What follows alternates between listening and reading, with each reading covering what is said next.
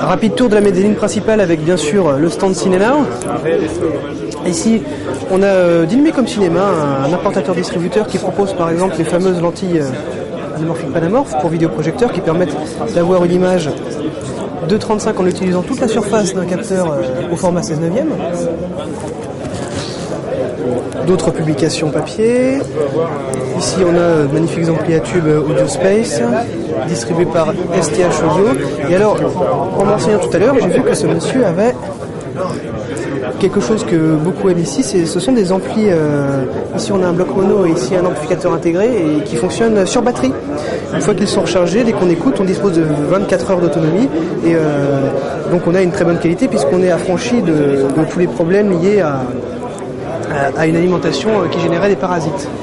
Ici KTR Lab, jolies enceintes avec belle finition, des gros amplis, des blocs qui impressionnent, un design assez sympa. La marque danoise Dynaudio avec toujours sa gamme d'enceintes Focus, Contour, quelques subwoofers, électronique électro-accompagnée de par-ci, plus grosse électronique électro-accompagnée de par-là. Ici on a un bloc mono 400 watts, toujours dans les amplis.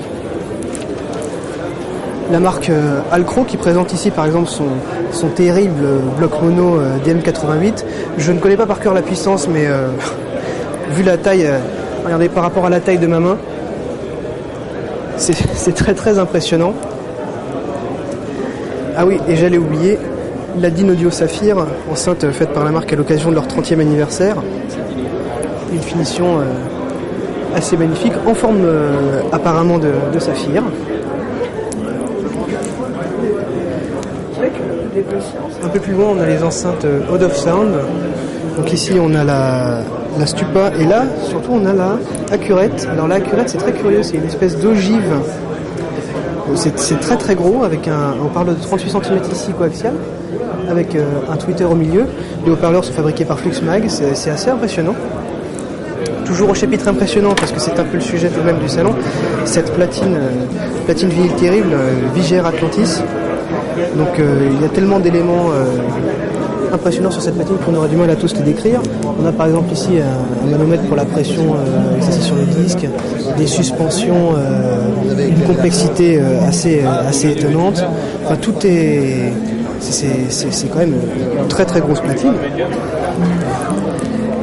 Ici, les radios Tivoli, les petites radios toutes petites mais qui proposent un très très très bon son.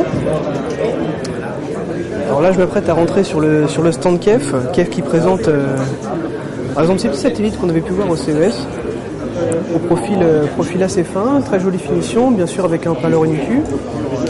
Ici, les enceintes IQ, finition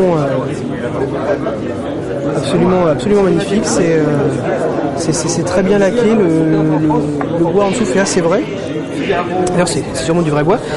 Enceinte XU et Q, donc je vais essayer de me faufiler à l'intérieur pour vous montrer la grande nouveauté Kef, c'est le KHT 3005 SE. Alors ce qui contient de nouveau, c'est un nouveau satellite avec, regardez, un nouveau parleur IQ et un guide d'onde qui permet d'étendre la réponse dans l'aigu, d'empêcher qu'un enfant mette ses doigts et casse le tweeter.